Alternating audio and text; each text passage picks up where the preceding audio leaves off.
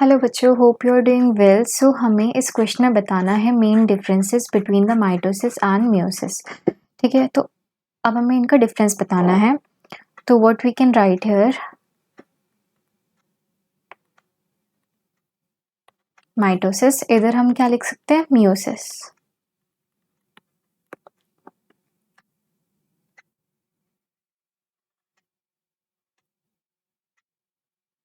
Now coming on to its difference,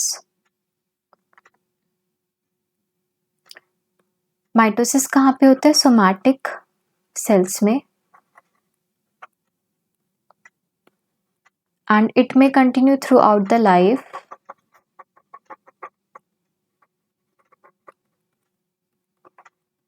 meiosis कहाँ पे होता है, जर्म सेल्स में। कब होता है, स्पेसिफिक टाइम्स पे।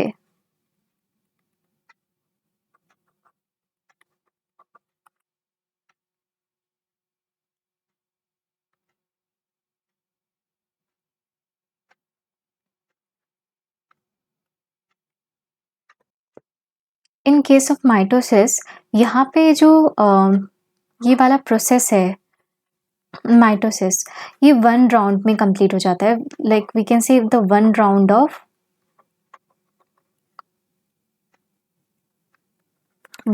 Of DNA replication.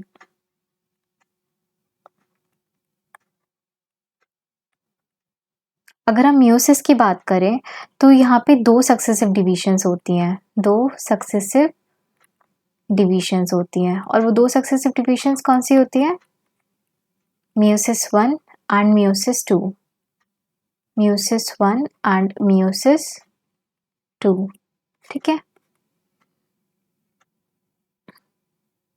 यहाँ पे फॉर्मेशन होगा टू डॉटर सेल्स का, टू डॉटर सेल्स, यहाँ पर बनेंगी four daughter cells.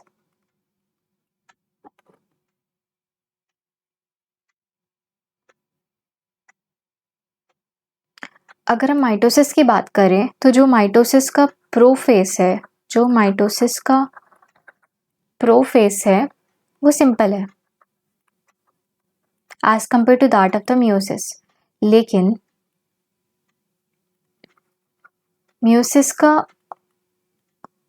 Profess complex है। अगर हम बात करें प्रोफेस 1 ऑफ मियोसिस 1, ठीक है, तो that is divided into 6 stages.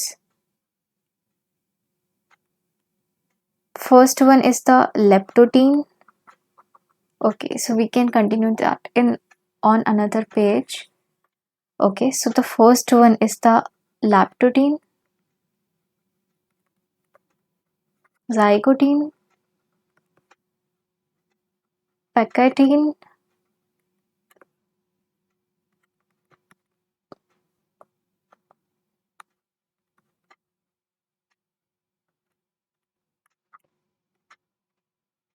Diakinesis. यहाँ पे होमोलोगस क्रोमोसोम्स की पेयरिंग होगी, साइनेप्टोनिमल कॉम्प्लेक्स का फॉर्मेशन होगा, साइनेप्सिस फॉर्म होगा यहाँ पे इन द जाइगोटिन। पैकेटिन में क्रॉसिंग ओवर होगा, और जहाँ पे कियास्मेटा फॉर्मेशन जो हमें अपीयर होगा वो डिप्लोटीन स्टेज में होता है। So we can say that there is no pairing of homologous chromosomes. यहाँ पर there is a pairing of homologous chromosomes, pairing of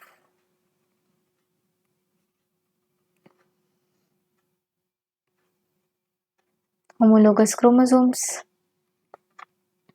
For example, जो जाइगोटीन में होता है of profess 1,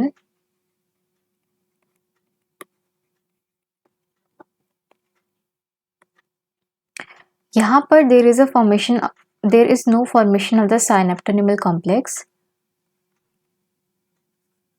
synaptonymal complex formation, no synaptonymal complex formation, लेकिन यहाँ पर देर is a formation of the synaptonymal complex.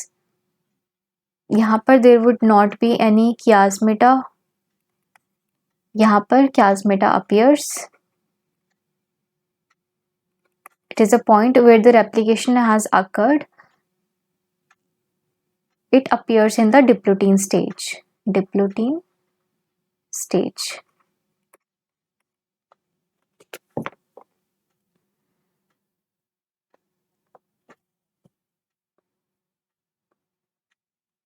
तो हम बोल सकते हैं कि जेनेटिक मटेरियल का एक्सचेंज यहाँ पर नहीं हो रहा है, जेनेटिक मटेरियल का एक्सचेंज यहाँ पे हो रहा है. So we can say that there won't be any variation, no evolution, क्योंकि यहाँ पे there is a exchange of the genetic material, recombination हो रहा है, रिकॉम्बिनेशन और ड्यूल भी प्रेजेंट होता है यहाँ पे.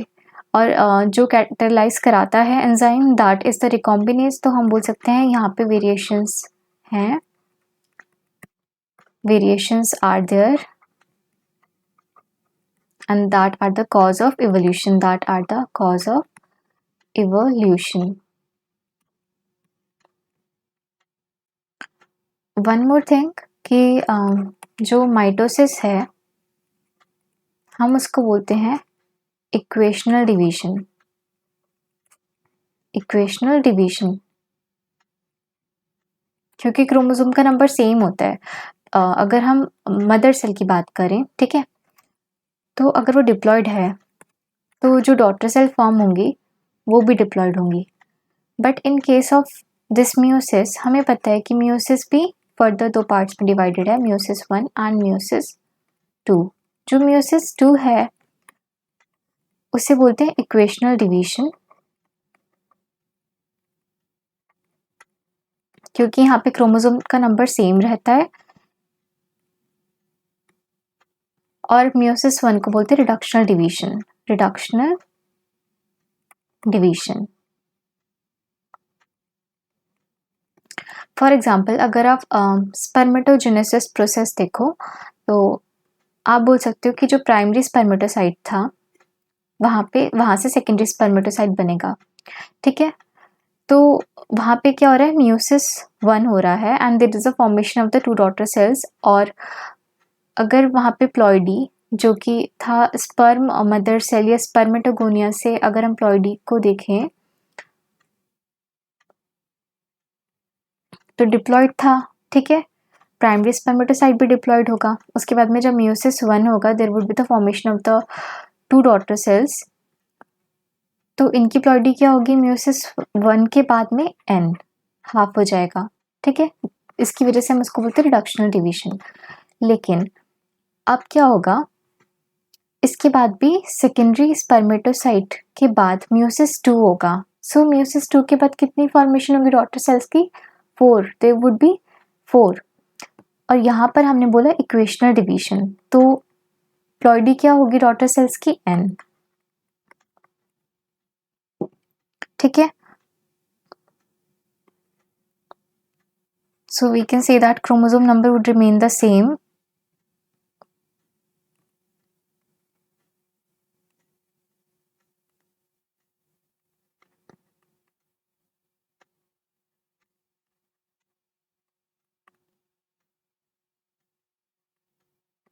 और हम यहाँ पे लिख सकते हैं it helps the formation of the gametes.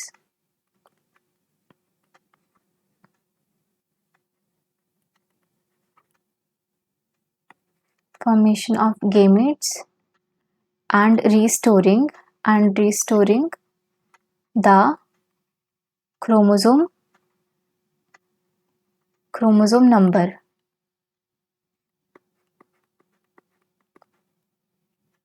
क्योंकि रिस्टोरिंग हम यहाँ पे इसलिए बोल रहे हैं ना,